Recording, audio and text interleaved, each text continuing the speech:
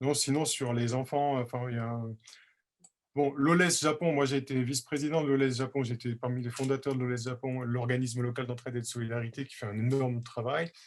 Et, et je vois la question, mais Oui. euh, non, on n'a pas prévu de rotation cette fois-ci.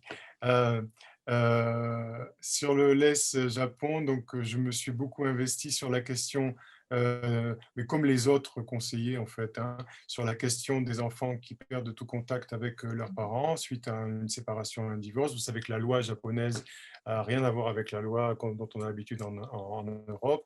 Il n'existe pas la garde parentale partagée après une séparation, donc il y a un seul des parents qui a pas la garde, l'autorité parentale, pardon, et le parent qui a l'autorité parentale peut très bien décider que son enfant cesse de voir l'autre parent. En France, ça s'appelle délit de non-présentation de mineurs. Au Japon, c'est pas du tout un délit, c'est rien du tout, et il se passe rien. Globalement, il se passe rien. Donc, il faut faire. Il y a d'abord un travail. Le travail peut être sur plein de niveaux. Le travail, ça peut être informé parce que si on n'est pas informé de ce qui peut nous arriver, le choc peut être d'autant plus grand. On dit qu'il y a quelques années, il y a des papas français, au moins deux, qui se sont suicidés quand ils se sont retrouvés dans cette situation-là, parce que le ciel nous tombe sur la tête, littéralement, c'est de l'inimaginable. Quand les Japonais, quand les papas souvent, hein, Japonais se retrouvent confrontés à ce genre de choses, c'est extrêmement douloureux aussi, mais ça ne relève pas de l'inimaginable parce que, ayant vécu au Japon, ils savent vaguement que ça peut exister, hein. Et quand ça tombe sur quelqu'un qui vient d'un pays européen ou américain, euh, c'est tellement inimaginable que ça fait un tel choc que c'est quelquefois insupportable. Donc, le livret de Lolès sur le mariage franco-japonais, c'est aussi, on l'a écrit aussi dans un rôle, d'expliquer quelle est la loi. Merci Claude. Je crois On ne que voit Claude... pas, en fait. Voilà. Et il y a 45 pages qui sont le chapitre juridique qui explique bien en français, je crois que c'est la première fois que ça existe, une telle somme en français, de toute la loi sur la famille, le couple, le divorce. Bon, fini par le divorce. On nous a dit il manque le veuvage, on le mettra dans une prochaine édition. Et, et donc, c'est la première fois que ça existe. Et si ça peut aider, guider les gens, si ça peut, c'est pas pour donner des mauvaises idées, mais si c'est, bon, ça peut aider à moins souffrir si on est prévenu, puis surtout à peut-être à se débrouiller pour faire en sorte que ça se passe pas mal. On a un travail, donc je vous ai dit, de terrain avec les associations japonaises. Notre simple présence dans leurs manifestations, j'aurais voulu montrer des photos, mais bon, ça, on est toujours applaudi parce que le principe du gaiatsu, parce qu'on ne savait pas si c'était utile ou pas, mais ils nous ont dit oui, ça fait du gaiatsu s'il y a des étrangers comme vous dans nos manifs. Et ça rappelle au gouvernement qu'il y a aussi des, même si c'est une petite proportion, c'est 99%, 98%, c'est des parents japonais qui souffrent de ça et des enfants japonais qui souffrent de ne pas avoir de contact avec leurs parents japonais. Mais c'est mieux qu'il y ait des gaijins. Et puis, la France, alors quand Macron a visité le Japon en juin 2019, il a fait une déclaration. Hein, c'est la première fois qu'un président a dit c'est insupportable et ça fait la une des journaux en France. Donc ça aussi, ça fait peut-être avancer les choses. Et comment dire, et il y a des parlementaires en France, des sénateurs, des députés, surtout des sénateurs qui font avancer les choses.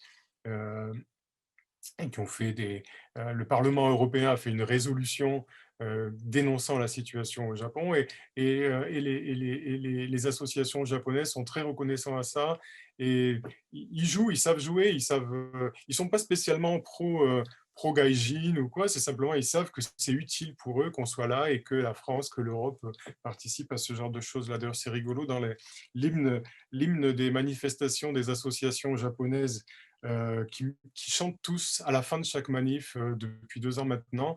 C'est l'hymne, comment ça s'appelle, l'hymne du peuple.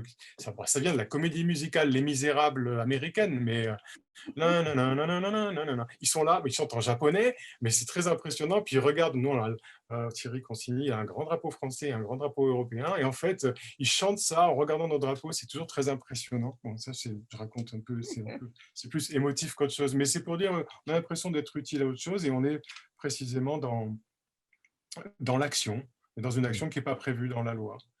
Et euh, donc, pendant la crise sanitaire, ça n'arrêtait pas.